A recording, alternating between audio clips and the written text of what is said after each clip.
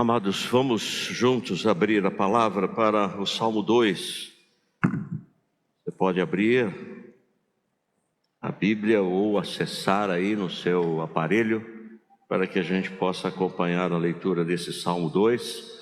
E você que está em casa também nos acompanhe. É bom que você esteja aí para caminharmos juntos aí através desse Salmo 2. Porque as nações se enfurecem e os povos tramam em vão. Os reis da terra se levantam e os príncipes conspiram unidos contra o Senhor e o seu ungido, dizendo: rompamos suas correntes e livremo-nos de suas algemas. Aquele que está sentado nos céus se ri, o Senhor zomba deles. Então ele os repreende na sua ira e os aterroriza no seu furor, dizendo: eu mesmo constituí o meu rei em Sião, meu santo monte.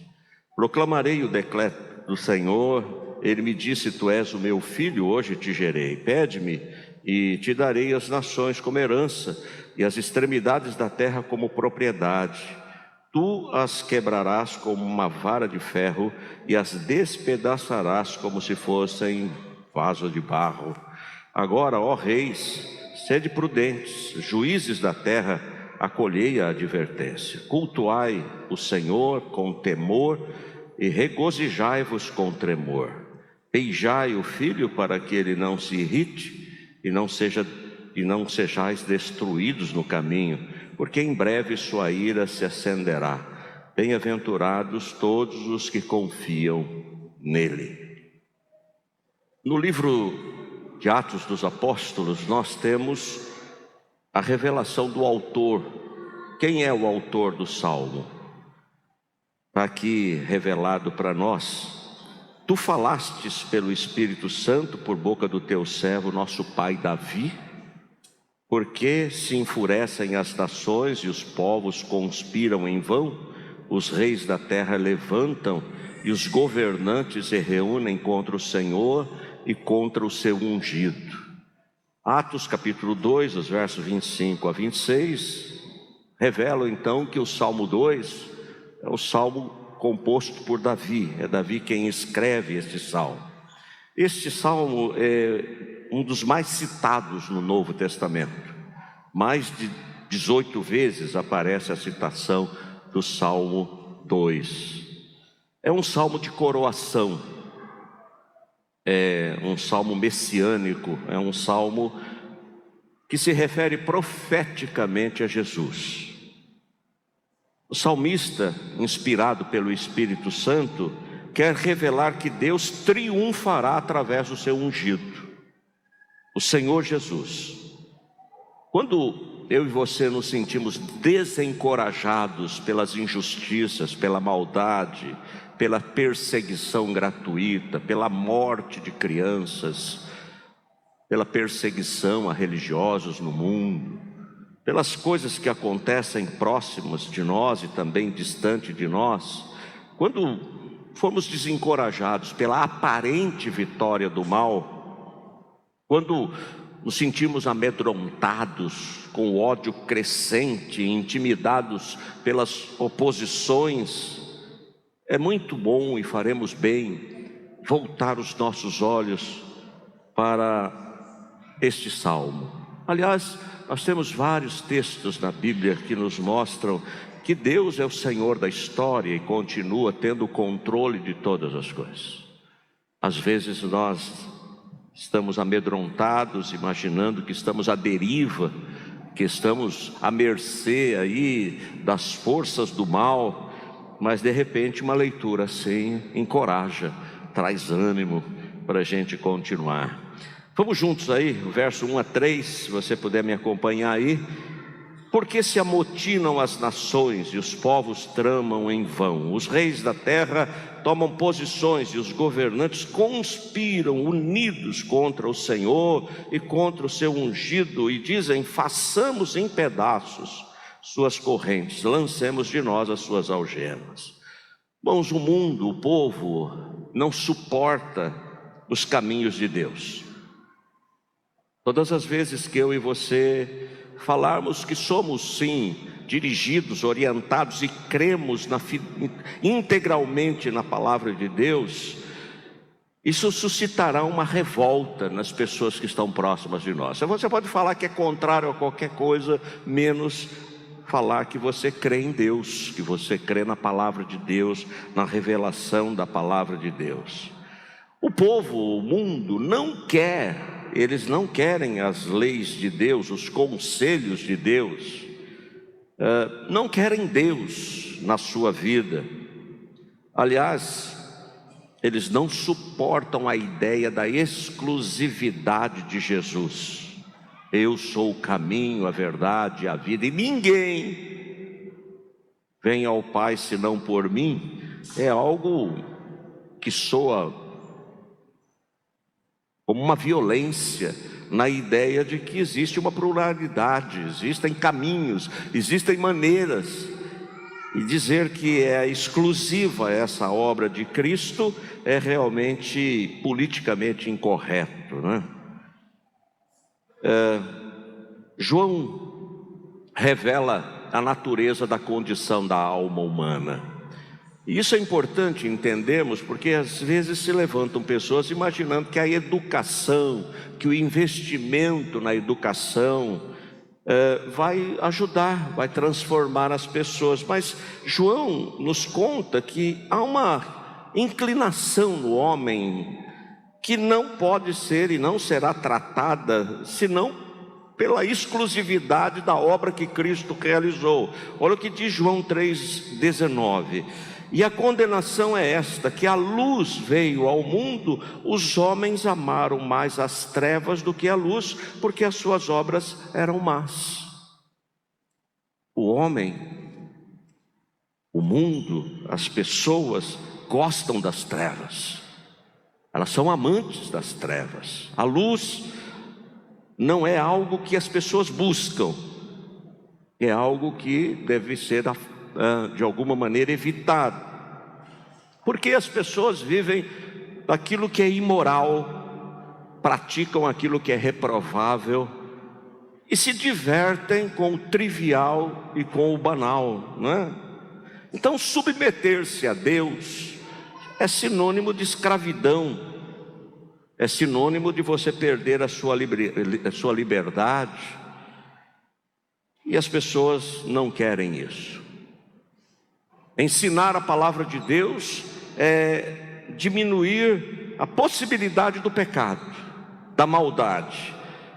Ensinarmos os nossos filhos nos caminhos do Senhor é ajudá-los no enfrentamento de que os valores são imutáveis da palavra de Deus, do ensinamento de Deus.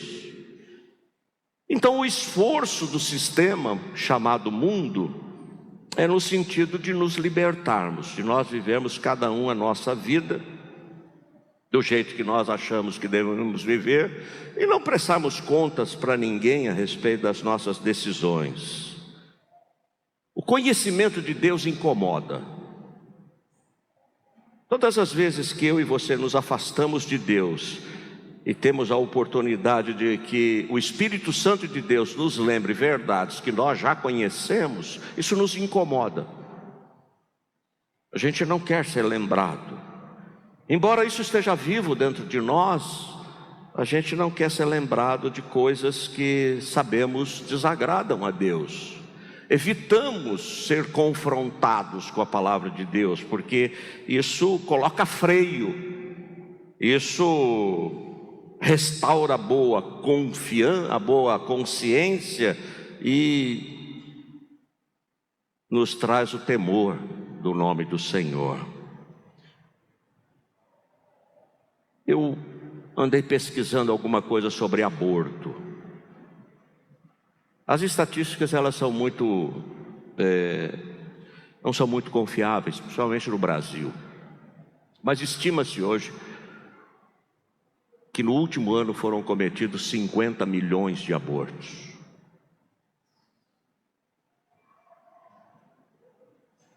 Quase 10 vezes o número do Holocausto dos judeus.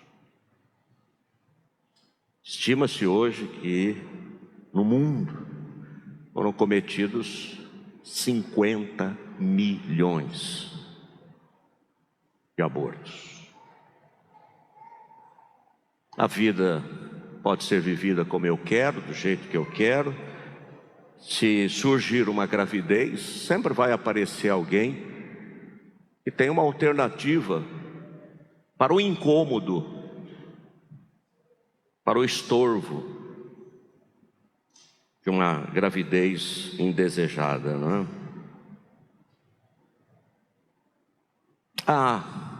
O ataque à fé, ela não é novidade, mas há ocasiões, irmãos, que parece que isso se mostra mais intenso, mais agressivo. E parece que nós estamos vivendo esse tempo. Estava lendo alguma coisa pelo G1 essa semana, e o G1 identifica que atualmente 380 pessoas identificadas como trans fazem transição de gênero gratuitamente no Hospital das Clínicas da Universidade de São Paulo, na capital paulista. Agora, você está sentado, né? Se você está em casa, senta aí, tá? Desse total, 100 são crianças de 4 a 12 anos.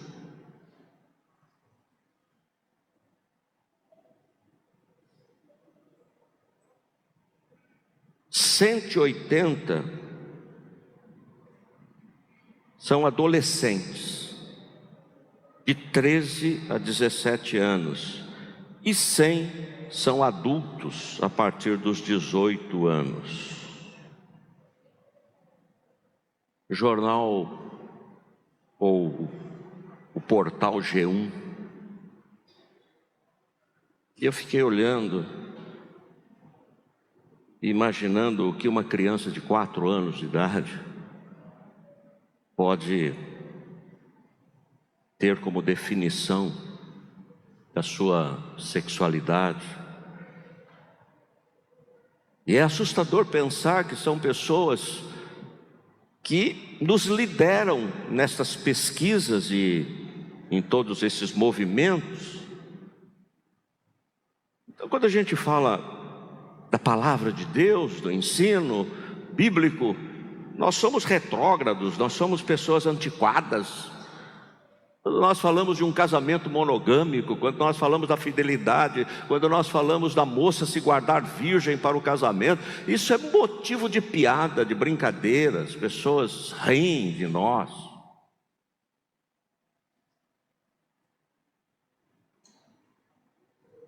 Mas esse é um tempo que nós estamos vivendo.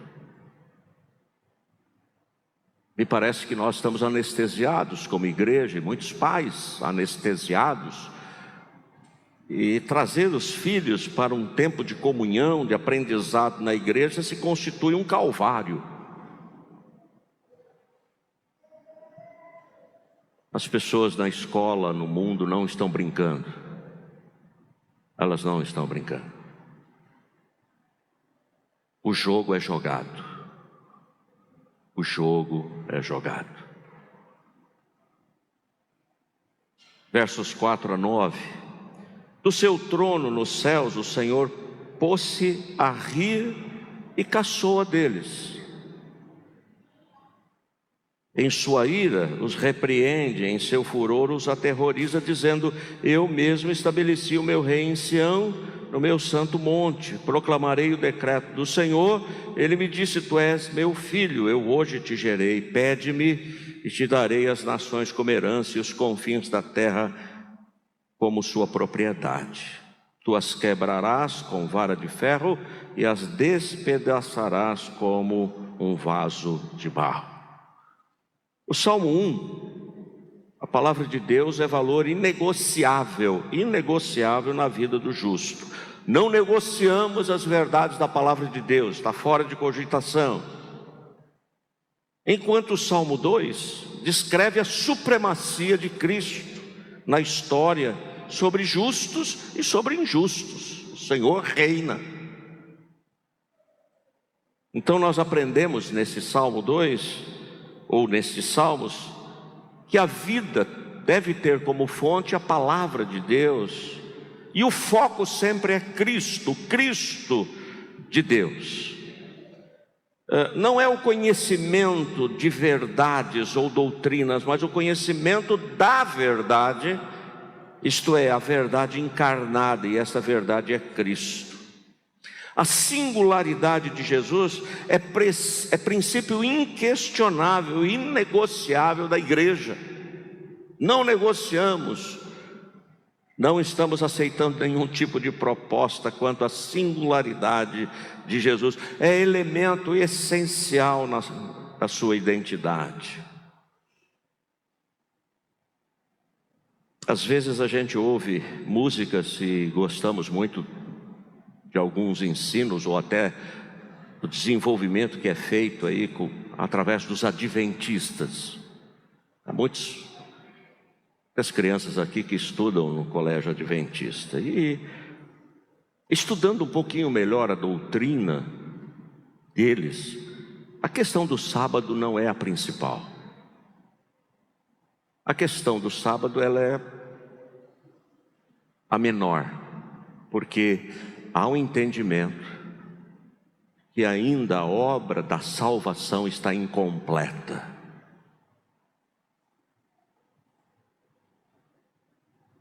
Jesus não completou a obra na cruz. Isso é altamente perigoso, imaginar que aquilo que foi dito lá na cruz, que tudo está consumado, agora nenhuma condenação há para os que estão em Cristo Jesus, está em xeque.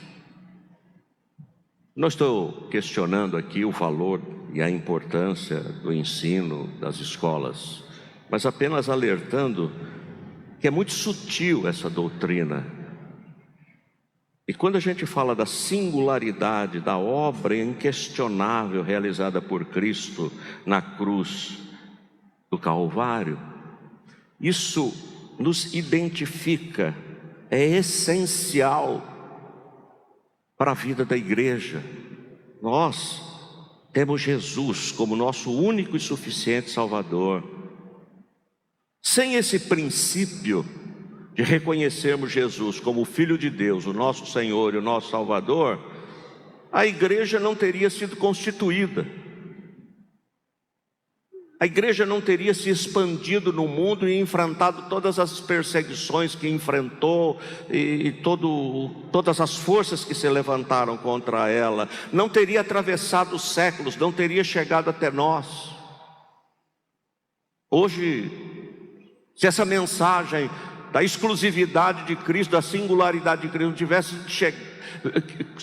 nós não tivéssemos tido contato com essa verdade, nós estaríamos em qualquer outro lugar agora, menos aqui. Olha o que o texto sagrado diz, e é o próprio Senhor Jesus Cristo. E vocês, perguntou ele, quem vocês dizem que eu sou? Jesus está perguntando aos discípulos em Mateus 16, qual era a opinião das pessoas a respeito dele. E as pessoas dizem, olha, o senhor é um dos profetas, Elias, enfim. E aí ele diz, e vocês, qual é a opinião de vocês a meu respeito? O que vocês falam?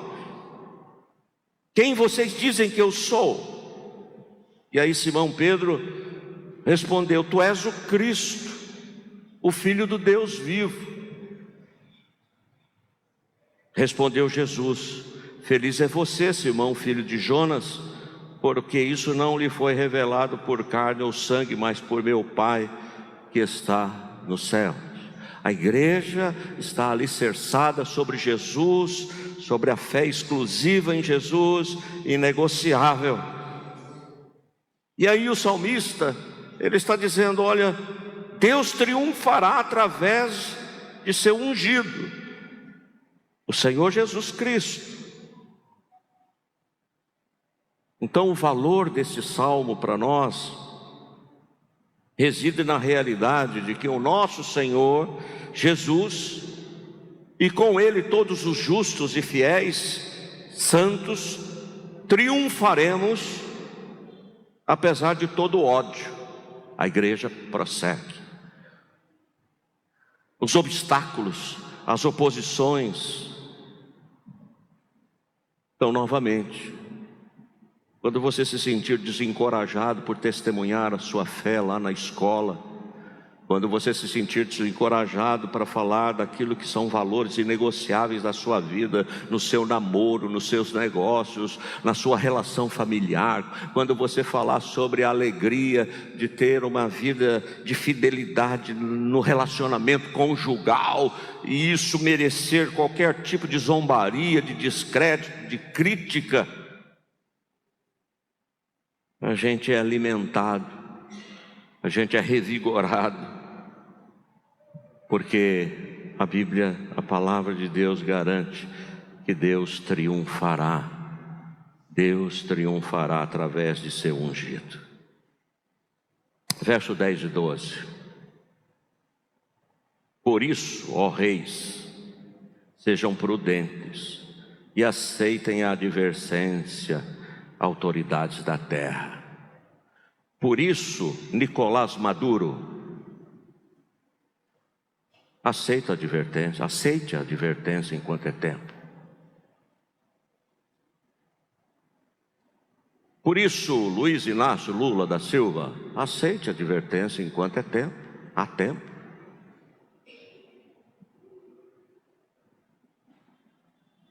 Vou parar por aqui, senão o nosso canal vai sair do ar.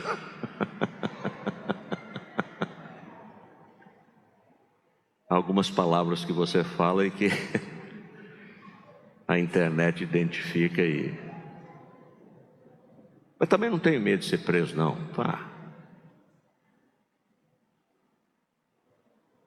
Olha o que o texto diz. Por isso, ó reis, sejam prudentes, aceitem a advertência. E parece que a insistência de Deus, ela é presente, de Gênesis a Apocalipse. Sejam prudentes, aceitem a advertência, autoridades da terra. Ainda há tempo. Vocês podem se arrepender, vocês podem mudar a maneira de entender a vida e as questões da vida. Adorem ao Senhor com temor, exultem com tremor, beijem o Filho para que Ele não se ire e vocês não sejam destruídos de repente, pois num instante acende-se a sua ira. Como são felizes todos os que nele se refugiam. Aceitem a palavra de Deus, a advertência. Jovens, ouçam a voz daqueles que se propõem a adverti-los quanto a uma vida vazia, inconsequente. Aqueles que nos ouvem, aceitem a advertência, não fujam, não confrontem. É interessante que quando você fala da palavra de Deus a algumas pessoas e elas se sentem atacadas naquilo, elas encontram uma desculpa para não vir mais à igreja ou para não ouvir mais a palavra de Deus. Encontram uma desculpa. Eu já contei aqui a experiência de uma jovem que marcou o seu casamento, conversou com o pastor, dizendo que estava tudo organizado para o casamento e que o pastor então faria a cerimônia. Só que ela diz assim para o pastor: pastor, eu só vou pedir uma coisa para o senhor não fale no seu sermão sobre vós mulheres sede submissas aos vossos maridos. Não fale isso, porque não vai soar bem. As pessoas que eu estou convidando, minhas amigas, pessoas com quem eu estudo na faculdade, não aceitam isso, não podem compactuar com isso. E aí o pastor disse: olha, se eu não puder pregar a palavra de Deus no seu casamento, escolha outro pastor, eu não vou celebrar o casamento. A palavra vós mulheres sede submissas, e a palavra submissão precisa ser desconstruída da mente, não colocando a mulher numa posição de inferioridade, porque Não é essa a intenção do apóstolo, pelo contrário, é colocá-la numa posição de ser um alicerce, uma base. E todos nós sabemos que a mulher, ela está muito mais disposta a investir na família, na educação dos filhos, na estrutura familiar. Ela é um exemplo para nós. Ela luta para que o seu casamento permaneça, para que seus filhos cresçam nos caminhos do Senhor, para que a palavra de Deus seja falada dentro de casa. Me faz lembrar uma moça que, casada aqui da igreja, disse para mim: pastor, gostaria muito que lá em casa a gente tivesse o culto doméstico, mas o meu marido, ele fica assim, ele fica assistindo televisão lá, ele não se empolga muito. Eu queria que ele viesse ler a Bíblia com a gente, orar com os nossos filhos, mas ele vai lendo aí, depois eu vou. Vai lendo aí. Aí ela falou: como é que eu faço, pastor? Eu falei: puxa vida, olha, o homem, ele é motivado quando você delega para ele algumas responsabilidades, né? O homem gosta desse negócio de você perguntar para ele. Então, quando você estiver lendo um texto junto com os seus filhos, chama o seu marido e diz assim: ó, não entendi isso aqui, você não quer me explicar? Aí pronto, aí o homem veste a capa do super-herói e vai para explicar, não é? Isso aí pode aproximar, pode trazer o seu marido para perto de você e dos seus filhos naquele momento que vocês estão como família ali, não é? Aí passou um tempo, ela não falou mais nada. Aí eu perguntei para ela assim: e aí, deu certo? Ela falou assim: pastor, agora ele está achando que é o pastor, é meu pastor. Ele me põe sentada, eu e as crianças, e fica pregando para a gente. Tá bom, aí é outro problema, né? Vamos resolver um de cada vez. Vamos resolver um de cada vez, né? Irmãos, a verdade que a palavra nos revela é que nós não somos chamados para executar uma tarefa, mas uma mudança de vida. Então, você que exerce uma função aqui na igreja, um cargo aqui na igreja, seja de que ordem for, não é uma tarefa que te deram, não. Na verdade, você e eu estamos escalados para uma mudança de vida, para uma transformação de vida e para também abençoarmos outros a que tenham esse entendimento.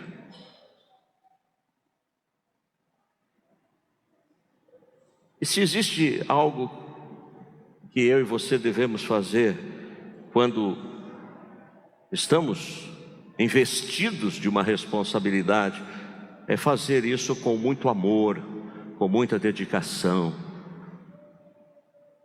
porque o nosso Deus merece, porque nós precisamos dar o melhor de nós. Quando a palavra de Deus diz assim: beijem o filho,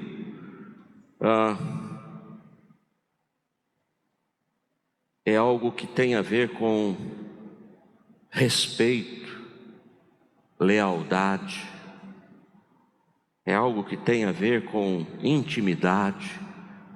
Beijem o filho, beijem o filho.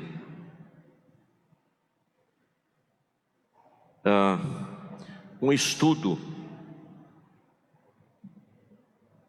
sobre os hinos da nossa fé, os hinos que nós cantamos, nos levará sempre à conclusão de que essas pessoas que compuseram esses hinos falam do caráter de Deus e da compreensão desse caráter que os leva cada um deles a ter este amor pelo Senhor. E aí a gente se lembra de Fanny Crosby. Fanny Crosby, ela com certeza é uma das maiores autoras de hinos sacros de toda a história. Fanny Crosby, ela entende a grandeza de Deus, e ela escreve hinos assim: a Deus demos glória com grande fervor, seu Filho bendito por nós todos deu. Fanny foi evangelizada pela sua avó. Ela passava horas lendo a Bíblia para sua neta. E ela tinha, Fanny Crosby, uma memória privilegiada, e ela decorou Salmos e também o livro de Ruth. Eram textos que ela guardou. Ela ficou cega com 6 semanas de vida. Um erro médico. Ela ficou cega por esse erro médico. E ela teve essa deficiência por toda a sua vida.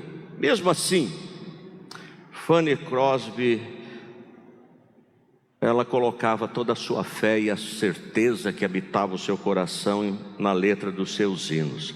Vivo feliz, pois sou de Jesus. Eu já desfruto o gozo da luz. Canta minha alma, canta ao Senhor, rendei-lhe sempre ardente louvor. Quem compôs esse hino? Uma cega.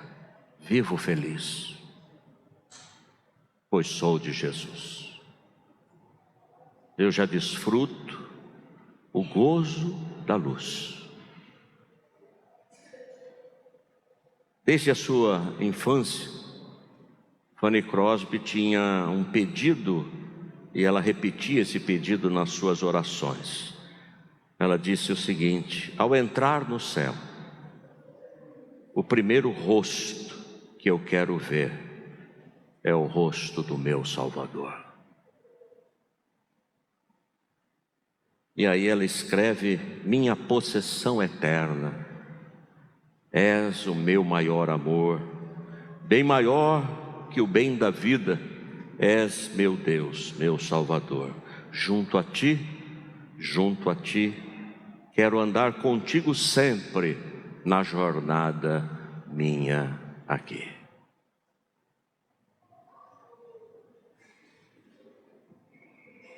E que você pode dizer nesse tempo da sua vida, diante dos desafios, das preocupações e de tudo que nós estamos rodeados. Talvez façamos bem em olhar para a palavra de Deus e dizer: é por pouco tempo, é por pouco tempo. O Senhor está às portas e triunfará, porque essa é a palavra, essa é a promessa, e nós triunfaremos com Ele. Aleluia, louvado seja o nome do Senhor. Amém, irmãos?